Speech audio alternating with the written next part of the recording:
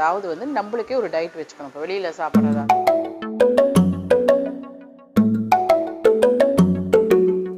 அந்த மாதிரி நம்ம அளவை பார்த்து சாப்பிட்டோம்னா வெளியில் சாப்பிட்றது இஸ் நாட்.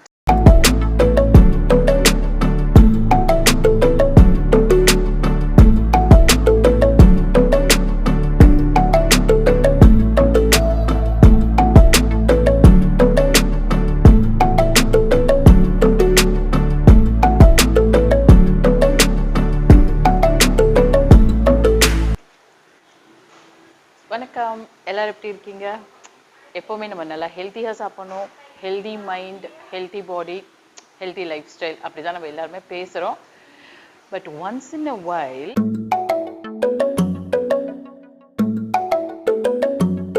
வெளியில் சாப்பிட்றது தப்பு இல்லை. இப்போ நம்மளால் பண்ண முடியல, இன்றைக்கி ஒரு போர் அடிக்கிறது, ஒரு சேஞ்சுக்கு போகணும்னா நம்ம வெளியில் வந்து சாப்பிட்லாம். ஸோ இன்றைக்கி பார்த்தீங்கன்னா லஞ்ச் எல்லாம் பிரமாதமாக வீட்டில் சப்பாத்தி, பிரிஞ்சால் கிரேவி எல்லாம் சாப்பிட்டாச்சு. ஸோ நைட்டுக்கு பார்த்தீங்கன்னா எனக்கு என்ன பண்ணுறதுன்னு தெரியல. ஸோ கிச்சனெல்லாம் க்ளீன் பண்ணியாச்சு. ஸோ வெளியில் வந்து சாப்பிட்லாம் அப்படின்னு வந்திருக்கேன். ஸோ வெளியில் சாப்பிட்றது எல்லாமே அன்ஹெல்த்தின்னு சொல்ல முடியாது. At the same time it is very healthy அப்படின்னும் சொல்ல முடியாது. ஸோ நம்ம என்ன சாப்பிட்றோம், எந்த அளவு சாப்பிட்றோங்கிறது தாங்க மெயின். ஸோ இன்றைக்கி நான் வந்து இங்கே கொஞ்சம் நார்த் இந்தியன் டிஷ்ஷஸ் ட்ரை பண்ண போகிறேன். ஸோ நீங்களும் அதே மாதிரி எப்போவுமே கில்ட்டியாக ஃபீல் பண்ணக்கூடாதுங்க. 24 ஹவர்ஸ் நம்ம ஹெல்த்தியாக இருக்கணுங்கிறது நல்ல கான்செப்ட் தான்.